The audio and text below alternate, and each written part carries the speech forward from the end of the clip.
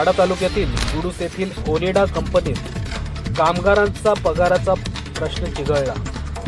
28 कायमस्वरूपी कामगारांना 2 महिन्यापासून पगार न मिळाल्याने श्रमजीवी कामगार संघटनेच्या वतीने कंपनीच्या गेटवर सत्याग्रह आंदोलन सुरू आहे। पगार मिळेपर्यंत आंदोलन सुरूच राहणार असल्याचा इशारा संघटनेने दिला आहे।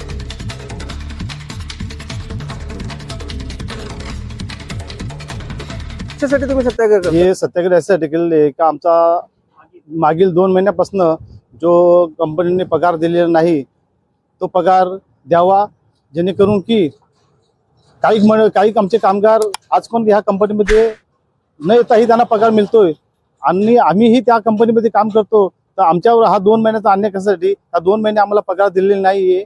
सर्व माझे कामगारांची जी मुलं आहेत शिक्षण घेत आहेत त्यांची फी भरायची आहे। काही माझे मित्र आहेत त्यांना हॉस्टेलवरून फोन येतात फीसाठी, तर फी देण्यासाठी आमच्याकडे पैसे नाही आहेत।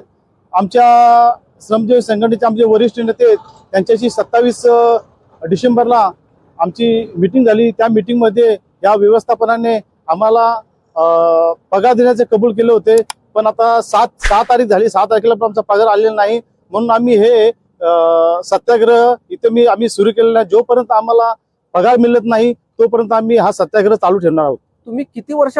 एवढ्या वर्ष झाली कंपनीमध्ये एकदम चांगल्या प्रकारे काम करत आहे। कुठल्याच प्रकारच्या कामामध्ये डबल नाही, काहीच नाही। जे काम त्यांनी सांगितले ठामपणे करणारी व्यक्ती आहे आणि आज माझं कुटुंब माझ्या पगारावर चालणार आहे।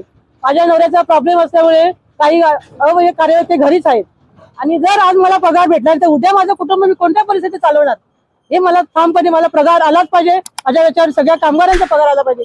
2 महिने झाले मला पगार नाहीये, मी कसा पगार माझं घर कसं चालवणार? ही सत्य परिस्थिती मी सत्य भावाने बोलते आणि माझ्या भावा बहिणीसाठी पण पगार आला पाहिजे, माझ्यासाठी पण आला पाहिजे।